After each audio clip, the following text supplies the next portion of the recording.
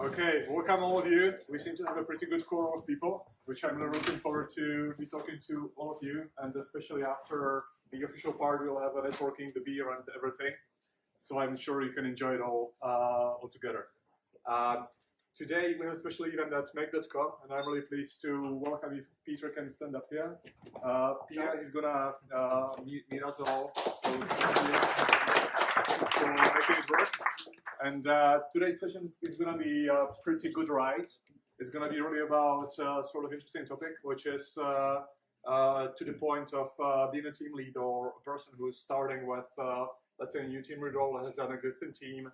Or there's a very famous situation these days, which is about we restructured our organization, and we did a couple of layoffs and a couple of restructures and restructures and restructures, and now we don't know where we find ourselves. And you are given some sort of teams that you've inherited. So this is the scenario that we want to cover. And basically, we want to make sure that you are a winner in this battle. You are the person who lands the new team the way that you make it successful in 3 months from now at the first try with no trials and errors. So this is the topic of our talk for today. Okay? Do we have a clicker? Yeah. Right. Hope it works. Okay. So basically, that's what we describe as a situation, right? Again, making sure that you land your new team like a pro. That's the context of our talk. What that means in practice, you can turn it the other way, is that maybe there are some of you who are managers of managers or some sort of senior managers. Basically, what you want to offer them or offer your new team leads is this framework. I want you to land your new team like a hero, okay? So you might be asking, like, why the heck? Why should we be talking about this? This comes from nature, right? I guess it does not, and the reason is that basically, if you want to land it pretty well, it has certain challenges, and the environment basically will eat you for dinner. So it's really pretty great to have some sort of an exact plan how to win this battle. As I'm saying, at each and every of our meetups, we are not talking about theory here. I landed, I would say, dozens of different teams. I've helped dozens of different team leads to make it work. With Petr, you went through the very similar story, and that's the notion that we want to go through. We are not talking theories here. We are talking practice. So if you allow me, I will give it a try and start providing you some sort of a 30, 60, 90 days plan that is really specific, and you can basically, I wouldn't say copy paste it, but you can take it as a pretty solid inspiration, okay? In the meantime, I will do some intermezzo, and Petr will take over and present us some sort of a team charter for, let's say, 15 to 20 minutes, I guess, to give you a pretty good overview and practical advice on how to create a team charter, including the mission, the purpose of the team, and everything that you need so that team is set up for success from the very beginning. Okay, so let's start it. So basically, what we want to say here is that we all know or experience the situation that there is some new team lead, but for some reason, he came back to the IC role. For some reason, he's not in the company anymore. Or it could be the reason that, we are all playing the game of being too busy and being too operational because we came up from the environment of the individual contributor game. And all of a sudden we want to play the game of being a leader of people and leading the team, right? That's a very different scenario. But still the inertia is there, and we are not able to move from one role to another in the desired pace. And yet there are, let's say, how many zeros do I have there? There are, 100,000 of different, let's say, faults or errors or mistakes that we can do. The funny story is that these mistakes, it's a pattern. They are repeating, and you can see them being repeated all over the place. If you don't have the solid plan, then basically most probably you are not set up for success. What I mean to say, without a solid plan, without a plan of having a contract with your manager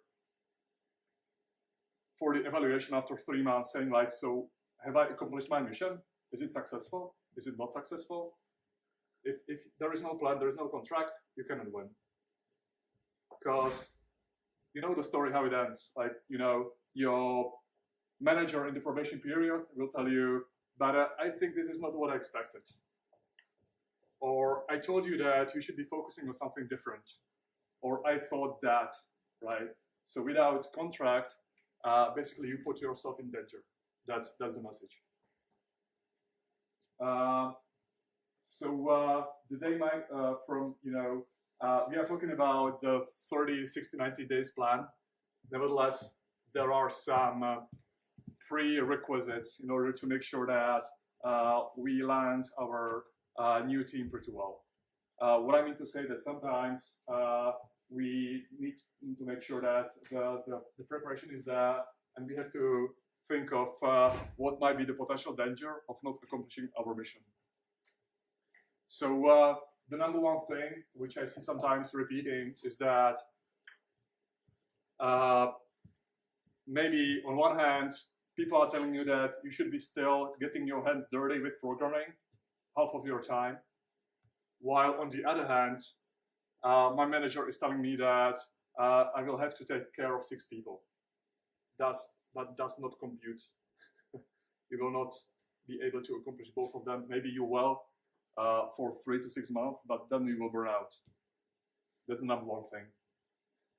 The other mistake is that usually I talk about the triangle. The triangle is that you take care as a team lead of the leadership, of the delivery, and the processes being like usually Scrum or these sort of things. If your manager is telling you that you have to take care of all the 3 edges of the triangle, you are not set up for success.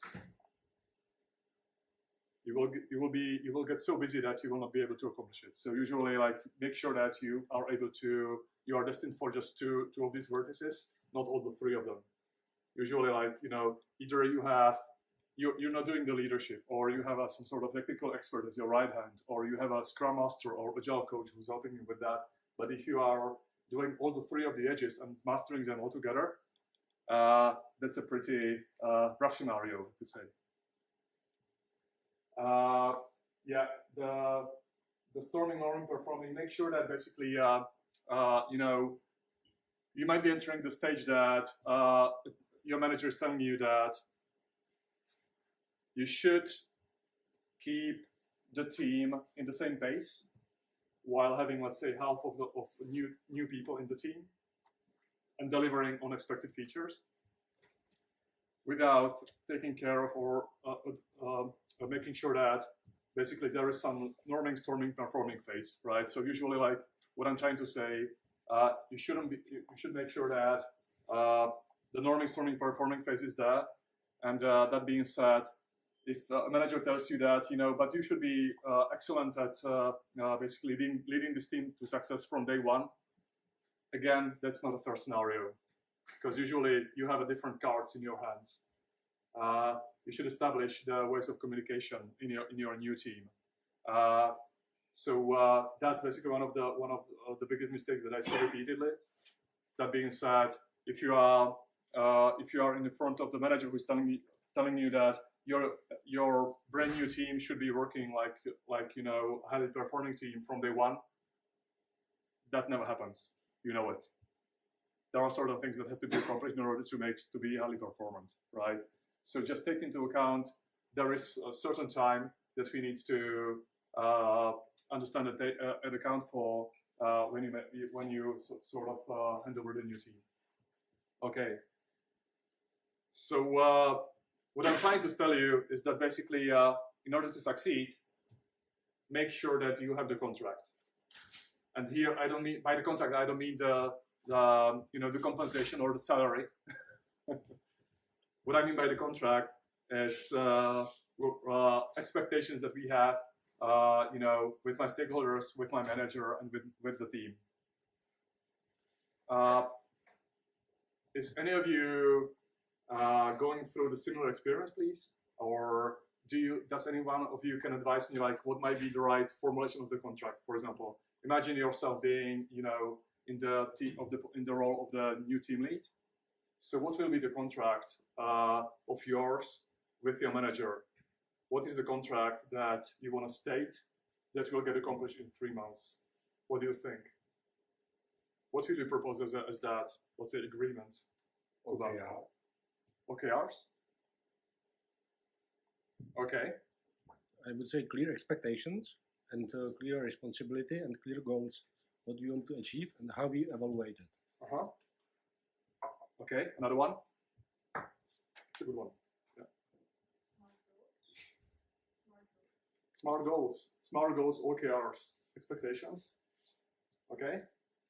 Another 2. Relationship with the team. Nice. Love it.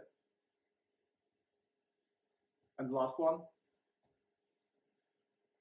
Okay. The impact?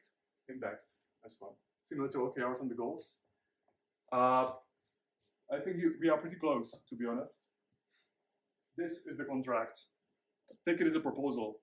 This is the contract that I usually want to open with my team leads, or this is the contract that I advise to my mentees. There are different ways of writing this contract down, of course. This is the one that I use most of the time. What it says, in 3 months, I will do my best to cover the path of a team lead or the path of leading the new team. And after 3 months from now, I will come back to you with some sort of internal audit. That being said, I will let you know whether this role is acceptable, this team acceptable for me. And we will evaluate whether there is added value from my side. This is how masters put contracts down. Okay. That being said, in the first month, for example, I will make sure that I do my best to put my attention towards focus of the team. In the second month, I will ensure that the team is highly performing. In the third month, before the probation period ends, usually, I will come back to you with the results of my internal audit, with the proposals that I have towards improving the efficiency of the team and the delivery and the goals of the team, of course. And we will do a common, let's say, evaluation whether I do add value to the team. Okay? There's nothing about goals. Goals change. There's nothing about delivery. It's work.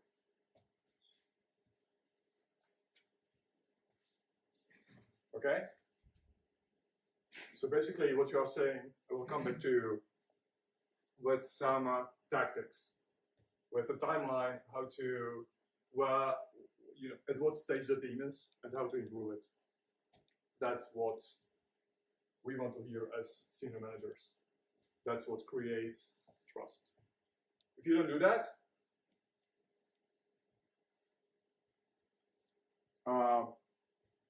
basically you are just you just enter into a master-slave relationship. If you provide this, you end up being a partner in crime. Okay. So now we start with the first month of how to make things work and in order to be successful. And here we go week by week with a different, let's say, week statement that we want to accomplish. So it's going to be really specific. Okay? So starting with the first month, day 1. What I want you to see, or what I want you to do, is to put the 90-day in your calendar as a milestone, making sure that this is the deadline. This is the milestone that I'm striving for. And of course, you should have some monthly reviews with your direct manager or your stakeholders, just to make sure that you evaluate how things are progressing so far. Might be nothing surprising, but it creates some sort of emotional connection with, there is a specific deadline until then, until which I have to come up with the proposal and with my internal audit results. Okay? Week 1. What most people do? We get busy. It's highly operational work. We have to help everybody and nobody. We have to keep delivery high. So usually this is the game which you don't want to play. I know it sounds crazy telling to your manager, I need some time to make sure that the team is highly performing, that I can deliver, that I can promise some of my commitments. But it's a fair game, I have to say, right? If you don't do that, if you just, okay, give me another team, I'll take care of it, I will take care of it. You know how it ends, like, if you deliver half of your roadmap, your quarterly roadmap or goals, then you are a hero, right? That's what's the truth with most of the companies. We deliver just 50% of the roadmap. That's fine. We deliver usually 50% of the sprints. Nobody cares. So instead, what you should be doing, and I think we were covering that with Honza, is please, by all means, start building relationships in all the 3 directions. Of course, you can start focusing on, on the delivery and helping others, but mainly make sure that you start building new relationships. That being said, I want you to have, let's say, 2 catch-ups per week with your direct manager. I want you to have some sort of informal face-to-face conversations with your peers. And I want you to do the same with your direct reports, with your team members. If you start jumping right away into tasks, prioritizations, and these sort of things, you are just a person who's standing in front of the Volkswagen line and trying to make things better, right? But if you don't make relationships first, when the times come hard, nobody's going to help you back. And we are always forgetting about this piece. The second thing about from relationships and the face-to-face meetings in all the 3 directions is to change your calendar. What I mean to say by that is just make sure that you fill your calendar with what's important. That being said, your one-on-ones with your direct reports, your one-on-ones with your peers might be weekly, bi-weekly, and of course with your managers. The second should be, of course, we have some, what's that called? Ceremonies, might be sprint, Kanban, shape up, whatever you use, waterfall. Just making sure that you're part of these meetings. Nothing surprising again. But if you end up in a situation that you start having these regular conversations just 2 months after you start your new team lead role, that's too late. That's too late. Because this way, what you demonstrate is that you don't take care of people. You take care of the delivery pipeline or something, and your team's efficiency goes down. Okay? Build relationships first. When the times go hard, usually it's the beginning of the quarter, or you need some help, or you need some dependencies to be resolved. If you don't have relationships, you fail. Week 2. Again, we should be working on delivery, right? No? Okay. What I want you to focus on is education. And this way, I don't speak about education about some sort of generic stuff. What I mean to say is that I want to see you to understand what's on our plate in terms of the team, what's on our plate in terms of the product roadmap, in terms of the technical roadmap. Why do we have that product strategy in place? How many of you, when you started leading a new team,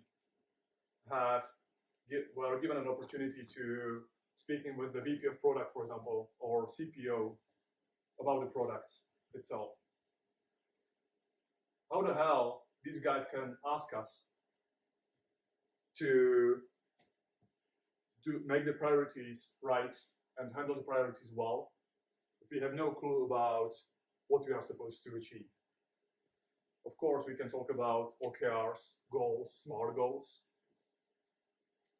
But if that's about, like, let's say, second or third month, or there is nobody telling you about it, and they are just telling you, just do your job, you have no chance to do the priorities right at your, let's say, planning meeting or sprint planning meeting or whatever that is. Nobody's allowed to ask you for that. A secret tip of mine: if you're gonna ask the chief product officer about, hey Patrick, can you please explain me why do we have this product strategy in place? They are gonna kiss your shoes for that. They're gonna love you. This is how you differentiate from the rest, because you demonstrate your interest in the product and in the business. The next thing you should be very careful about is to understand the business model, how the company earns money, what might be the the pricing strategy for that. Usually, another secret tip is to, for example, you might be asking your new product manager for going and see the customer, if that's possible. Of course, we might have some B2B scenarios. You might have an internal customer, a different team, a different, let's say, department. Eventually, if the customer is far away, you might want to, involve yourself in the customer interview, just to get a sense of, what the customer really needs, what's the experience of that. Again, it differentiates you from the rest if you do that. Week 3. Of course, the ultimate goal of ours, the reason of why we exist, the reason of why the team exists, is to deliver some sort of functionality of, that has a value, right? And this way, in this special time, you are given the opportunity to review what's on team's plate, what's on the team's roadmap. Don't accept it for granted. This is what needs to be accomplished. Joe, therefore, just make it work. You're the new team lead. See you in 3 months. If you enter the new role of a team lead, just seize the opportunity and challenge it back, just to make sure that you are, again, on track with your delivery expectations. If you just accept the status quo, sometimes it's going to be hard to deal with the problems that you will, uncover as the time moves by.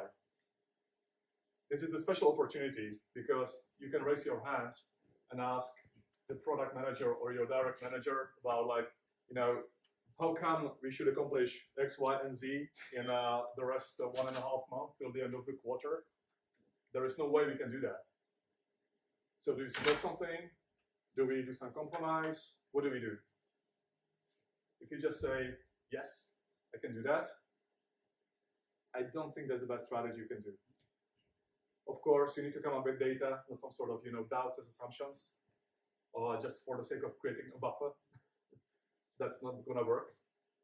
But this is the time that you are responsible for the delivery of the team.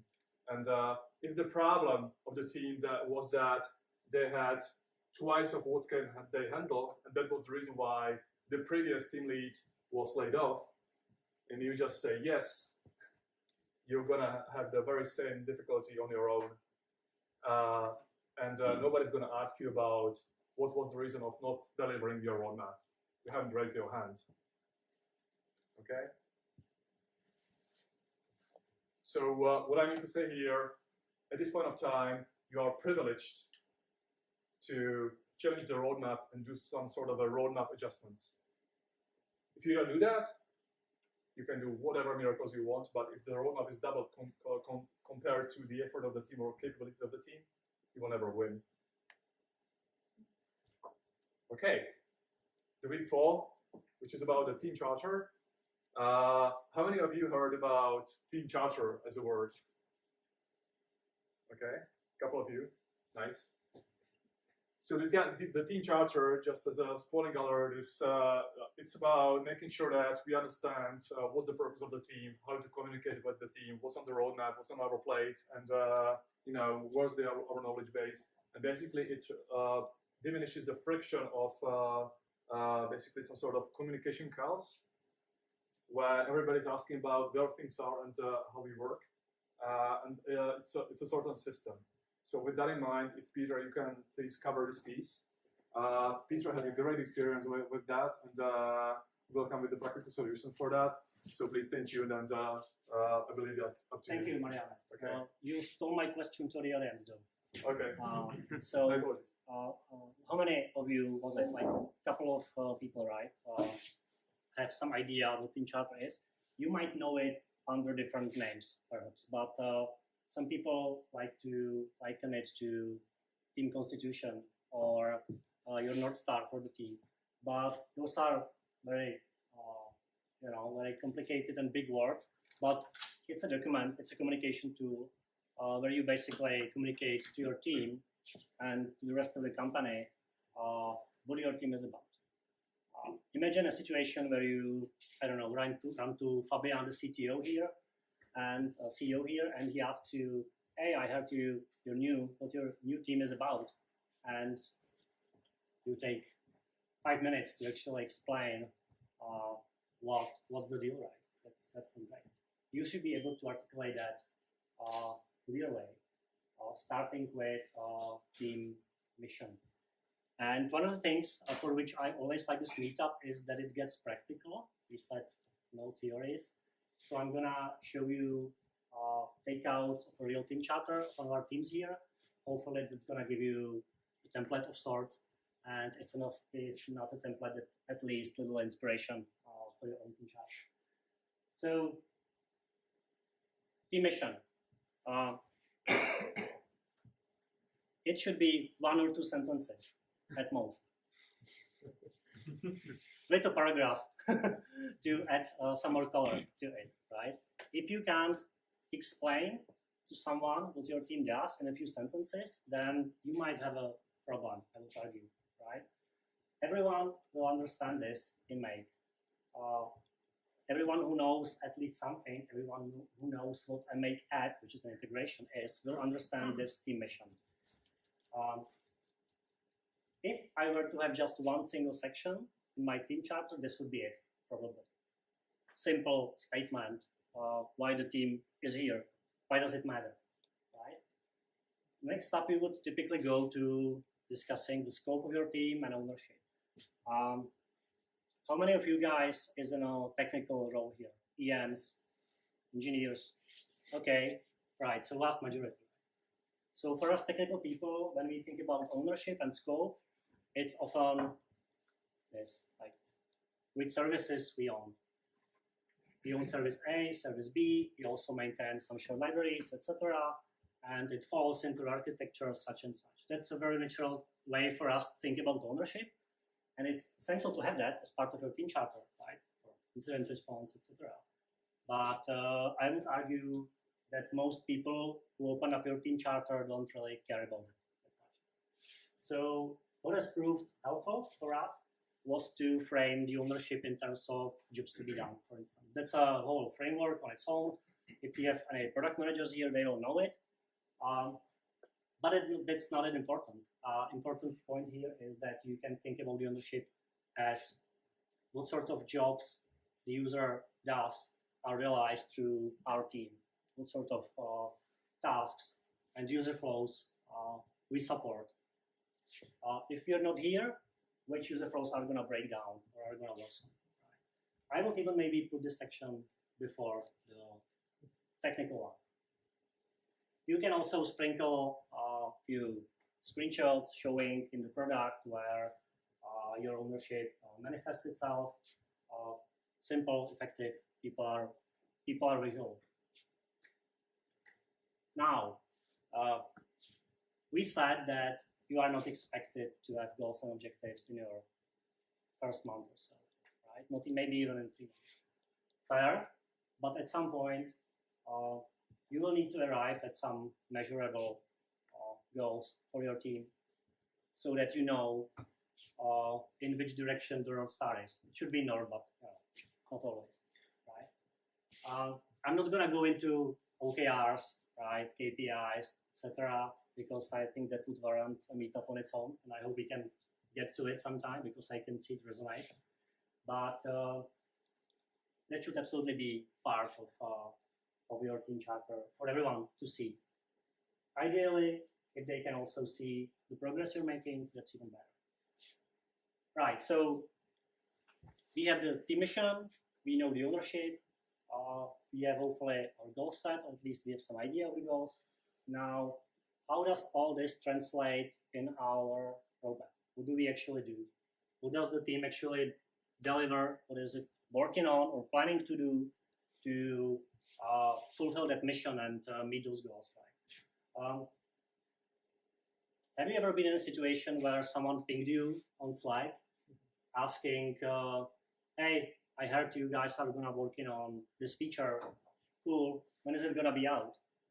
And you say, okay, so yeah, that's something we had in plans, but we had to change it because we had to reprioritize, etc. Right? No, like you shouldn't be having to answer those questions ad hoc. People should be able to access your roadmap anytime and answer that from themselves, right? Or maybe picture this: someone comes to you, let's say Vojta, my peer, comes to me, and he's like, hey, I want you to work on this. This is super important for us. We need you to deliver it. It's a key feature. It's a no-brainer. You should work on it. So if I don't have a roadmap accessible to Vojta, I don't really have a leg to stand on, right? I need to be able to pull up the roadmap and say, okay, Vojta, so let's see what we have here in the works, right? What we are planning, and please tell me, help me understand what you propose best falls within our plans, or what we need to move, what the impact will be. You can't really have that discussion effectively, or maybe not at all, if you don't have the roadmap and if you don't have that roadmap accessible. So this is a last year roadmap of one of the engineering teams here. It's done in a product management tool, which is very popular in this part of town. And I will sometimes hear people say, but we don't have a tool for that. We need first to pick a tool, or our Jira is a mess. We can't possibly share the list of epics to anyone because they won't understand. That's just an excuse. I'm sorry. Like, you need to communicate your roadmap at all costs, right? Even if it's just like static text or in Confluence or in Notion, I don't care. It just needs to be there. Right. I will follow with a story. Yeah? Okay. I will follow with a little story here. We started delivering features for our roadmap, and we needed oftentimes to poke into some part of the system which wasn't in our ownership, right? It was in someone else's ownership. Very common. And so we consulted the other team, and then when we moved more into delivery, we started doing changes to the system, submitting PRs. And what happened, obviously, was that the other team was having a hard time finding the time for it. Right? And we were left with frustration. We were like, okay, so we are blocked. We can't progress because those guys aren't reviewing the PRs. But have we ever really agreed on this mode of interaction between the teams to deliver a feature, right? Not really, right? Does that happen? Teams tend to surprise, oftentimes, one another. So it's advisable, even though it's not typically part of team charters, to think about what are the modes of collaboration between the teams. we said no books, no theory here, but I will mention the book Team Topologies here, after which we model this. So with each team interaction, we try to define in more practical terms what are the expectations. Do we expect to consult every once in a while? Are we going to be routinely submitting PRs to the other team? Are we maybe going to be forming a virtual team, working closely together, right, for a month or so? Are we going to be meeting 3 times a week to discuss something?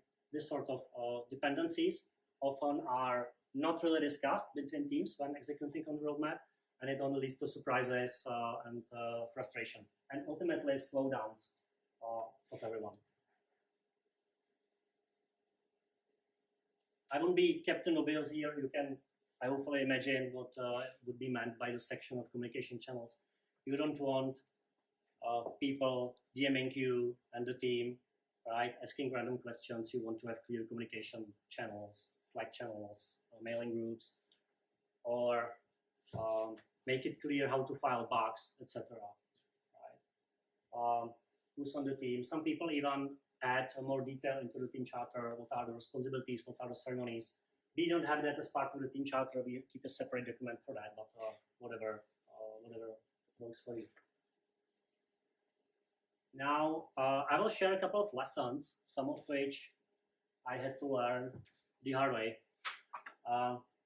So Marian already mentioned that in your first months, you should be listening, right? You should be gathering inputs. And the same goes for your team charter. You should absolutely not do it alone. Sometimes engineering managers will go at it themselves, not really getting enough input.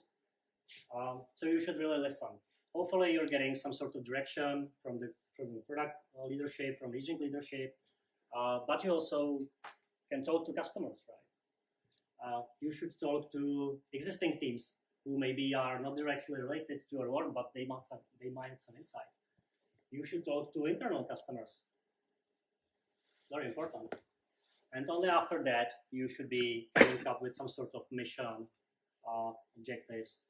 Only after you gather as much input as possible. However, have you maybe ever met someone who would jump at every idea?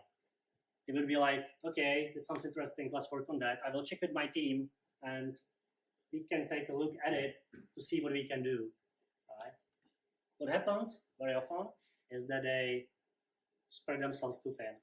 They go with their focus in a million different directions and they never deliver on anything. Right? So I don't want to be that yes man kind of guy. I want to protect myself, right, when defining the team scope, mission, service ownership, etc. You don't need to be Mr. Nice Guy to everyone. Conversely, maybe you have met people who are the extreme opposite. They be like, sorry, can't help you, not on my team charter, fuck off, right? Doesn't happen here in Page, by the way. You don't want to be that either.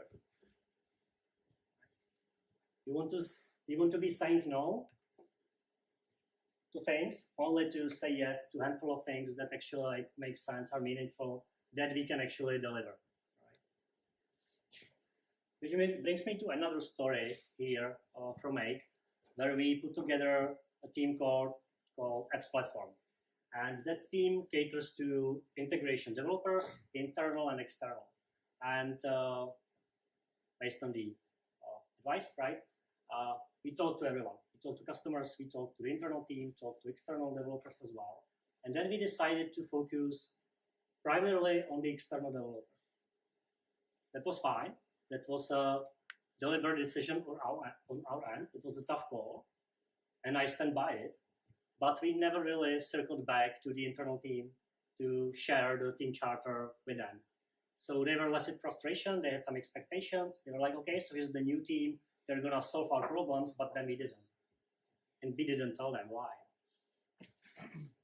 So it's your job to make sure that the team charter of your team is universally understood so that it sticks. We didn't do anything to make sure it sticks. That was a mistake. Same goes for your team. You have a team mission, you put it in team charter, and then you forget about it. It's very common. But there's so many opportunities where you can actually like remind yourself and the team and your stakeholders what your team mission is and why it's there. For example, like a very common ceremony like sprint planning. You were putting together sprint goal for your next sprint. Okay, cool. Do you always link it to the roadmap? Do you always link it to the team mission? Do you remind the team why we are working in on this thing? Do you do that in casual conversations, maybe over coffee, where someone says, "Okay, I've got this brilliant idea. We should work on it," and then you kill it, but you don't really explain like why doesn't it fit in the team mission? Loads of opportunities to make sure that the mission sticks and doesn't come off the wall. Yeah.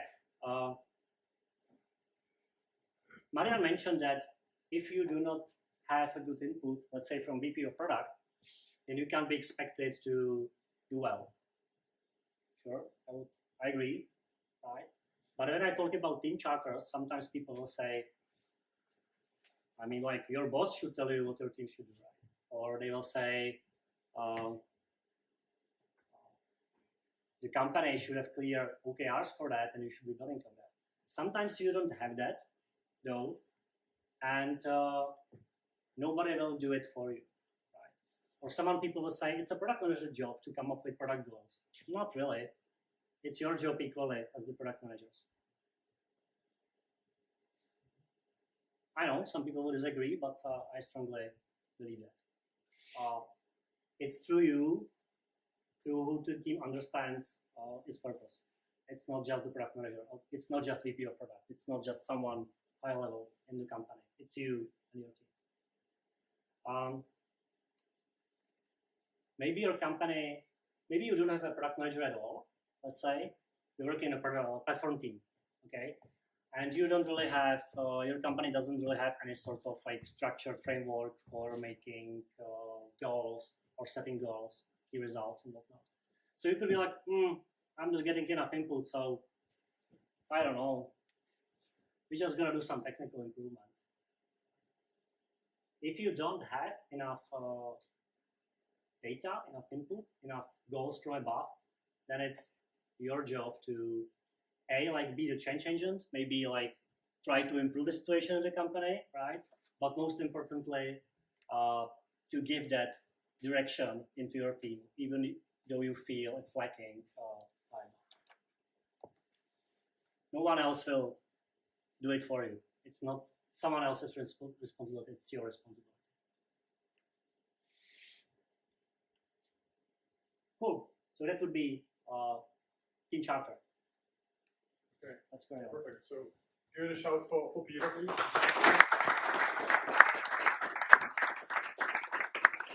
So the one thing that I want to emphasize here is that you might be saying that, why actually create some sort of a, additional document about like what's the team charter, these sort of nice and broad wordings and so on and so forth.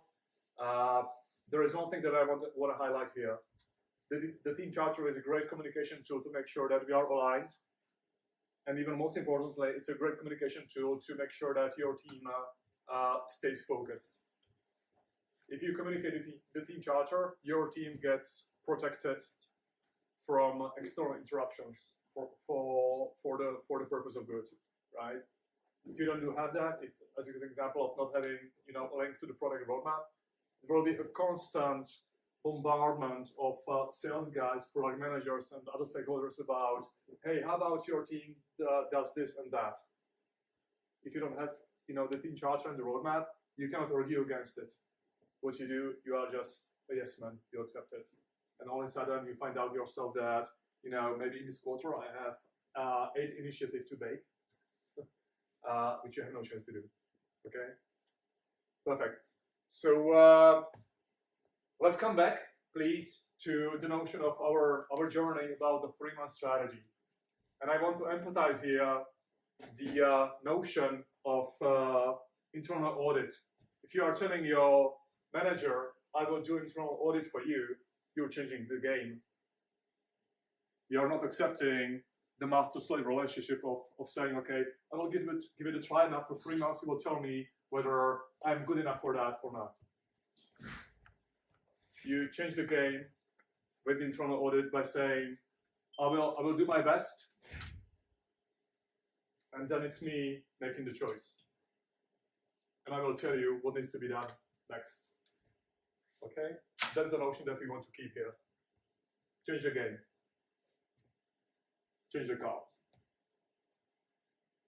So after the 3 months, usually there is a review with your manager, eventually with your stakeholders altogether. If you want to be brilliant at it, you might want to add your related peer, which is usually the closest person, meaning the product manager of your team, and go through the evaluation of your first month, right?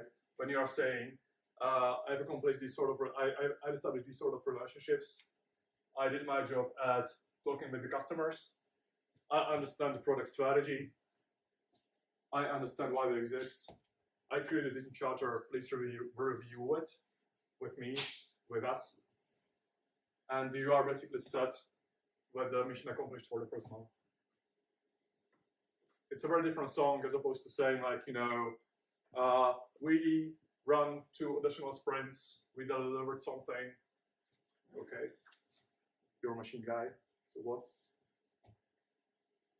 So basically, what I mean to say here is that after you established yourself in a pretty good role, you might want to start owning the team's focus. Usually the focus relates to the roadmap. No surprise here. So let's move to the basically to the second month. And again, we go week by week. Again, we tell a story. We tell a practical story how to basically adapt that for your own purpose. You can take it as an inspiration here. So in the 5th week, what I want to see here is that we can dive into how we work actually. What are the processes? What are the tools? No surprise, we have to do the hard job, right? I would say the boring job about identifying. So this is the way how we work. This is where the OKRs are. This is our goals. This is our roadmap. This is the methodology that we operate with, and just get familiar with that, right? Usually, what's highly underestimated is communication channels. Usually, I want to see that the new team has established a couple of communication channels, meaning the public one, the communication channel for, of course, private purposes, and the communication channel for escalations, for critical things, and have that separated. If you just keep one single channel for that, it's a mess.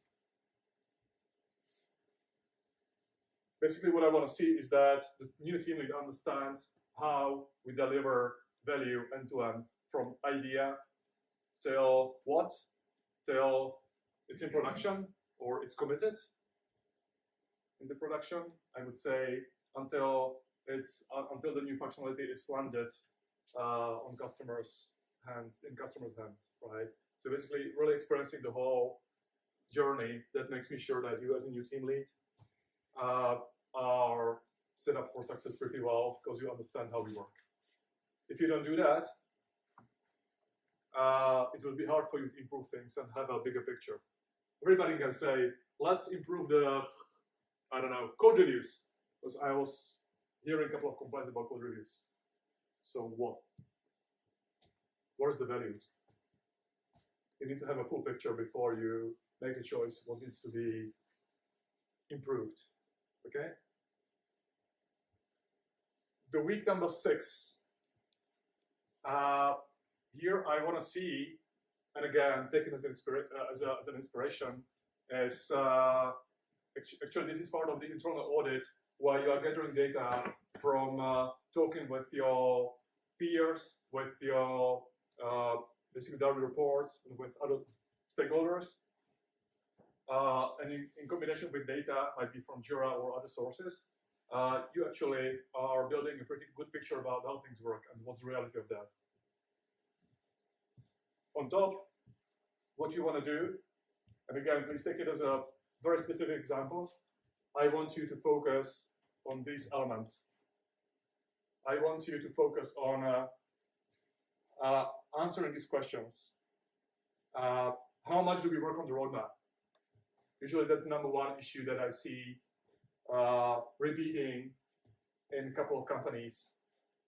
And the scenarios goes like, we have OKRs, we have SMART goals, we have a roadmap, which is part of the team charter.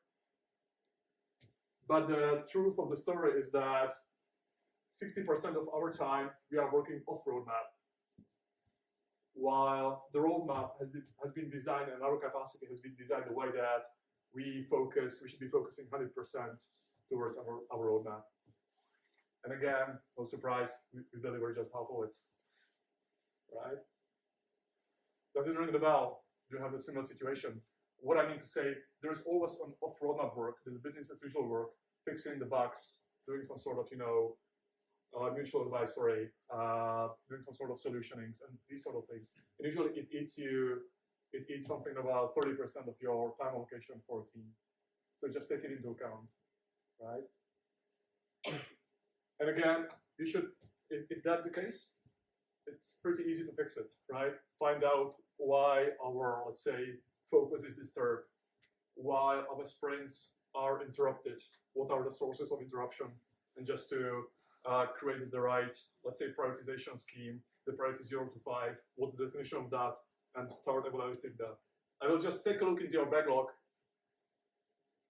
for the last, let's say, 3 past sprints, and if I see that most of the tasks anyway are priority normal, you know what I mean?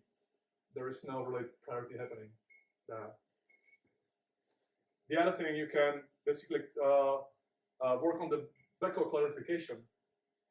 It's a pretty amazing task to make sure that your teams are efficient.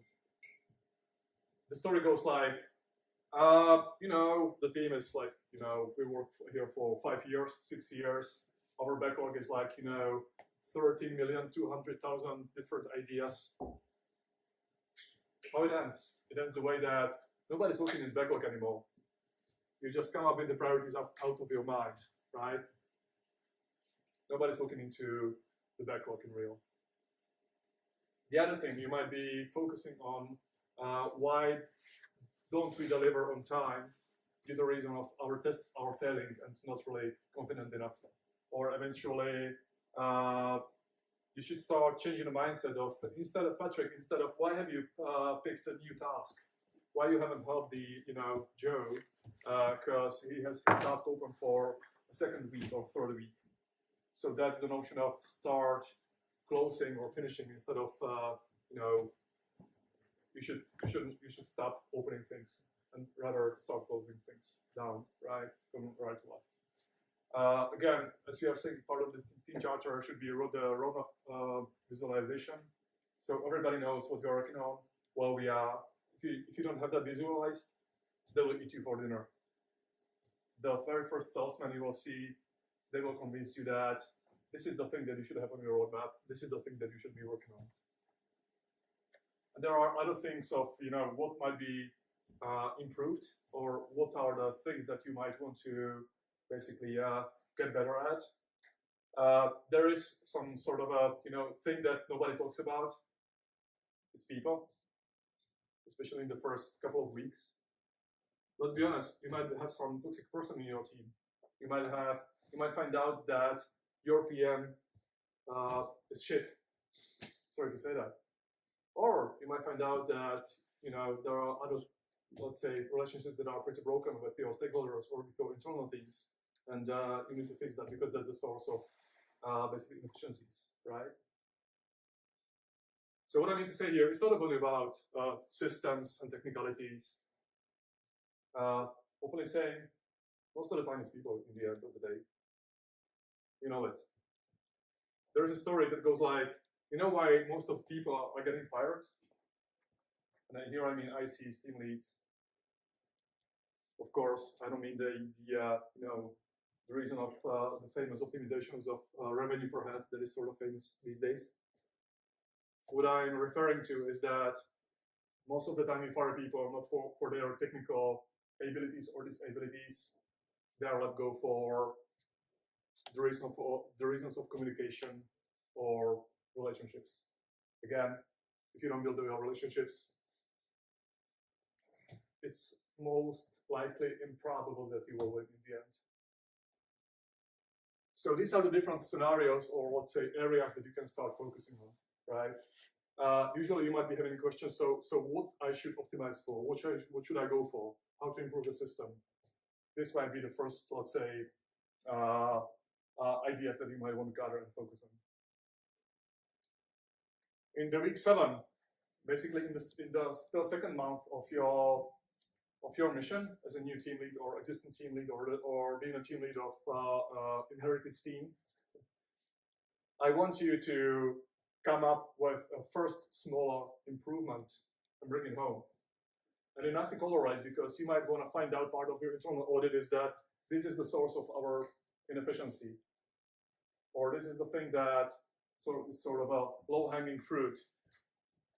It might be improving the two-level code review. I don't know. It might be fixing the pipelines.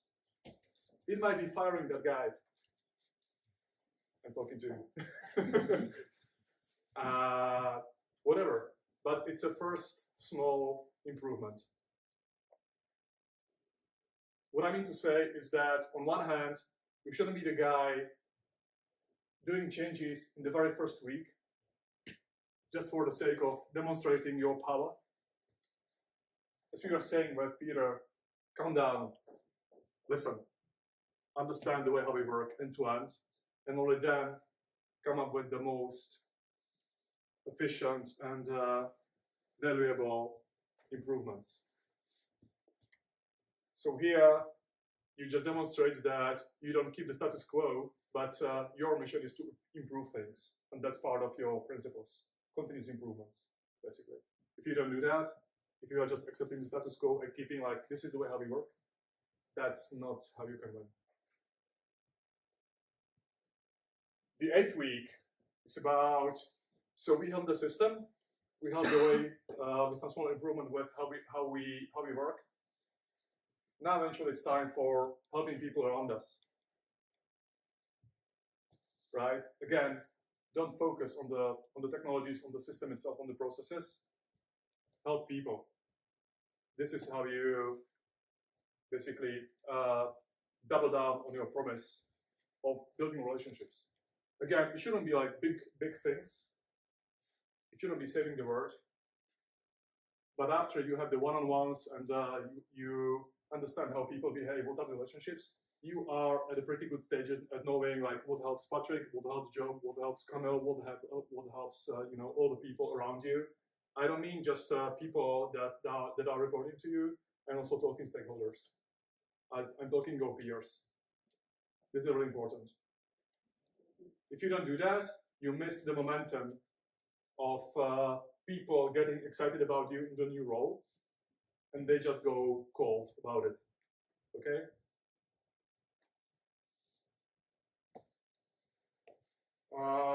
So that's the second week. Are we good? Yeah. So the second week, the second month. So basically, what I mean to say here is that you should start owning the productivity / efficiency of your team, because you already have a pretty good notion about how your team works. What's great about your team? What are the, as we say in English, improvement opportunities? What can eat you for a dinner? Don't go or avoid the temptation for going for huge tasks, for huge missions. That's not going to help anyone. These huge jests are not helpful. Embrace the truth of, by making small improvements, you are actually continuously improving things over. Don't chase the bigger fishes, especially at this stage. So basically, as we are saying, it is a great opportunity. Again, as I was saying, the second month is about saying, okay, so this is what we can accomplish. This is what we cannot accomplish. I want to make sure that my team is back on track. I want to make sure that we sort of squeeze the expectations, or we move something away from the roadmap, or we change the the contract we put some things off course for the sake of just making sure that we can accomplish what we promised. Don't underestimate this step. And of course, altogether, you check the chemistry, the purpose, you have the team charter and everything pretty ready, right? If you compare it to what you've experienced up to now, this is a pretty great battle plan. This is what differentiates you from the rest, again, as we are saying here with Petr. The third month, okay, we are coming to an end. Please stay with us. The third month, week 9, I want to understand a bigger picture how the company works. If you don't do that, again, it might eat you for dinner. To be honest, this is something that the company should provide to you. If it does not, if it's not the case, then ask for it. It's about how we work in terms of communication, in terms of HR. Please explain me how our career framework works. What are the criteria I can promote somebody or lay somebody off? What are the criteria to, let's say, close a hiring or a candidate successfully? If nobody told you about it before, you risk to fail in this piece and have some disagreements. And again, we should be talking eventually with people not only from the product management, as you were saying, but also with marketing. If you are audacious enough with sales. And something that is highly, unappreciated is the support, of course. How these things are escalated to me. What are the criteria of that? Do we have a contract? What that all means? What's the definition of proclaiming that this bug is a blocker? Right? Seems like a simple thing, but if you have these contracts right, then basically you move away a big portion of interruptions away from your team. Week 10. Coming back to the internal audit, basically in this week, you should focus on really summarizing your findings, the findings from speaking with people, with the stakeholders, from all the 3 directions, and enriching that with data optimally, meaning like how much we've delivered in the last, let's say, 2 quarters. What's the amount of interruptions? How much time do we focus on things that matter the most, meaning the roadmap, versus how much time is left for, or designated for the business as usual work or roadmap work. And in the end, imagine you have a timeline that says, okay, from February 2024, these are the 2 most important things that I will start focusing on and improve. And for the let's say Q2, Q3, Q4, there are other bunch of opportunities, and you have that written well and spread into the timeline. And that's something that you want to propose and come up with as a proposal to your manager, to your stakeholders, and to your direct reports, basically. Again, this is the differentiator. This is how to move from the master slave, whether the manager decides about you, towards saying, okay, let me do this, I will decide.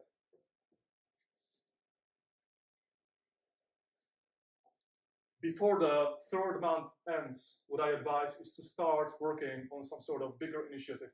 That doesn't mean that you need to close the initiative, but you should at least start or have a signal of starting with something that you consider to be the most valuable. Give it a start. Be a person who gets the signal, not just some sort of superficial or artificial signal, but the strong signal that you are the change agent. You want to change things, and you want to keep doing that for the rest of your life. It might be, I want to make sure that for Q2, we will have our ammunition pretty ready, and we know what's on our roadmap. as opposed to, okay, there's a new quarter, and we should totally scratch our backlogs and focus on something new, right? But these things, it doesn't happen from one day to another.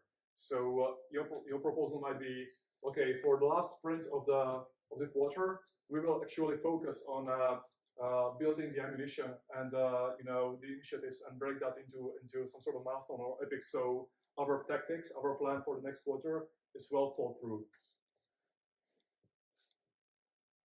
Okay, there's a bunch of, like, I would say, gazillion of other things you might think of course, and you can identify that on your own with other people.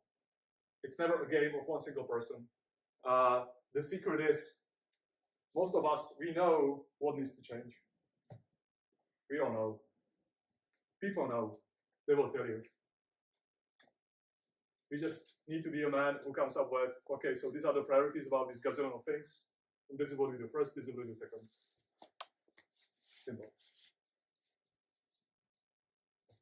In the end, coming to the end, the very end, of course, closing the loop. As you remember, in our calendar, there's a day 90 blinking at us. And you know, there's going to be hour and a half talk with your manager, with your program manager eventually, where you will be saying, this is my internal audit and the outcomes of that. This is what I found. The reason why I think these are the right priorities is these data. And that's the proposal that I want to move on from now. Do you accept it or not? And again, make sure you don't play the master-slave game. We are partners in crime here. In a very similar way as me as a manager, I'm making a decision about you. You are fully entitled to make the very same decision about what I offer. It should be a fair game, never master-slave, right? It should be a win-win relationship, basically. So in the end, you should come to the ultimate decision, of course. Do I stay? Basically, the question is, do I bring added value with my team and to my team? Okay. After this one goes off, basically, hopefully you can celebrate. I can guarantee you the manager will be talking about your different approach compared to others, about embracing the new team. You might be getting famous around it and about it eventually.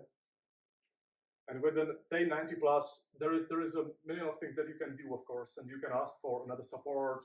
You can ask for, let's say, having a portfolio of different books or attending some sort of more conferences, whatever is helpful to you, of course. Still, you have the privilege of asking for help explicitly. So please take that into account. This opportunity gets evaporated after you say, yes, I'm your man. The lessons learned and fuck-ups, as we said with Peter, there's a couple of them. Nevertheless, I want to emphasize the one thing, which is again about listening instead of trying to demonstrate your superiority too early. The most successful people, the most successful men are those who listen, are those who are silent. Because if they say something, everybody starts to pay attention. If you are just a whistleblower guy, it's never helpful. This is the difference, and sorry for this explicit picture. This is really how I see it. Do you want to be perceived as a dancing man? Or do you want to be perceived as a people who is like chilled, who understands the higher value, who has the end-to-end picture? It's your choice. You might be saying, but I'm in the company whose ambition is to be busy, or we are a project-oriented company, whatever. Yeah, it's your choice. Okay. Of course, you can ask for some sort of internal buddy, for internal mentor. You have a full privilege to ask your new manager being your mentor. It shouldn't be part of the regular one-on-one meetings. It's an explicit meeting where you are resolving, let's say, opportunities, your tactics, your internal audit findings, and basically some sort of advisory. Or you can find somebody from outside. I'm not telling me. Of course, you have the full privilege to make a choice. And you have the full privilege for asking for that, actually. You might be yourself in a situation that your manager is really busy. It puts you again in a spotlight of having the privilege to ask to get somebody from inside or outside to help you with that. That's totally fine and acceptable. Okay. So I think we are coming to an end of our talk. Hopefully, as you saw, it's fully practical. We don't talk bullshits. We don't talk theories with Petr. Petr, if you can please stand up and come to me. And again, congratulations to Petr and to the whole meetings that we had, to make.com, Theresa and others helping us with that. If you can, ladies, come close to us. You can invite ladies for a beer. No worries with that. So thank you for this evening. Thank you for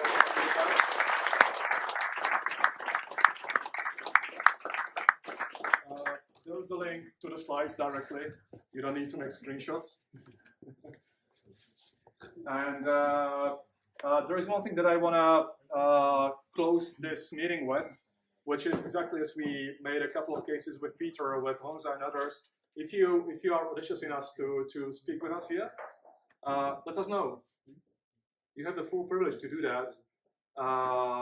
If you have a good enough topic, if you have a topic which is that is full of insights and practicalities, as opposed to just to talking theories, just make it work.